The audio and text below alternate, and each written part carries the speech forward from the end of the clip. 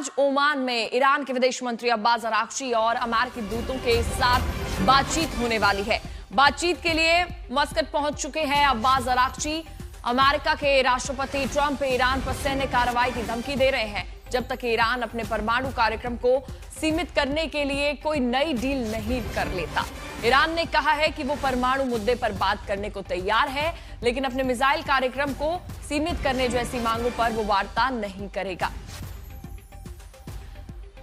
सुमित हमारे साथ जुड़े हुए हैं। सुमित, जैसा कि ईरान की तरफ से कहा गया है कि जो परमाणु मुद्दे हैं उन पर वो बात करने के लिए तैयार है, लेकिन मिसाइल कार्यक्रम को सीमित करने जैसी कोई भी मांग पर वो वार्ता नहीं करेगा। ऐसे में ये जो बातचीत अब होगी, क्या लगता है, कुछ संभव लग रहा है कि युद्ध ना हो?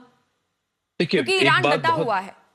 देखिए, बिल्कुल पूछा। सबसे महत्वपूर्ण बात यह है कि ये सिर्फ ईरान के लिए कोई न्यूक्लियर प्रोग्राम बंद करना या उसको लिमिटेड करना या कंट्रोल करना या सर्विलेंस में करना एक नई बात नहीं है। लेकिन सबसे बड़ी इंपॉर्टेंट बात क्या है कि क्या ईरान अपनी बैलिस्टिक मिसाइलों को कम करेगा? क्या ईरान के ऊपर कहा यह भी जा रहा था कि अमेरिका ये भी शर्त लगा सकता है कि वो चीन को अपना तेल सप्लाई ना करे, क्योंकि चीन देखिए सबसे ज्यादा वहां से ईरान से अगर कोई तेल मुल्क लेता है तो वो चीन लेता है। तो ऐसे में कई ऐसे सैंक्शंस है, कई ऐसे बातचीत के पॉइंट्स हैं जिसको लेकर ये शुरू से माना जा रहा है कि ईरान इन पॉइंट्स के ऊपर निश्चित तौर पर नहीं मानेगा। और ऐसे संकेत ईरान की तरफ से भी आए, लीडरशिप ने हो या फिर आप कह सकते हैं प्रेसिडेंट की तरफ से या फिर उनके फॉरेन अफेयर्स मिनिस्टर की तरफ से कहा कि बैलिस्टिक मिसाइलों के तो डिस्कशन का पॉइंट था ही नहीं और ये होगा भी नहीं। तो ऐसे में यही माना जा रहा है कि शायद बातचीत आगे ना बढ़ पाए। लेकिन कयास ये भी लगाया जा रहा है क्योंकि नेगोशिएशंस में देखिए कुछ भी हो पाना संभव होता है। लगातार कोशिश ये की जाती है कि आप भले ही 1 से 10वें पॉइंट ना पहुंचे, लेकिन आप हो सकता है कि चौथे पॉइंट तक या 5वें थोड़ी पॉइंट तक बहुत पहुंच पाए। संभावना तो अभी निश्चित भी लग रही है बातचीत से कुछ हल निकल सके। बहुत बहुत शुक्रिया सुमित आपका जानकारी के लिए।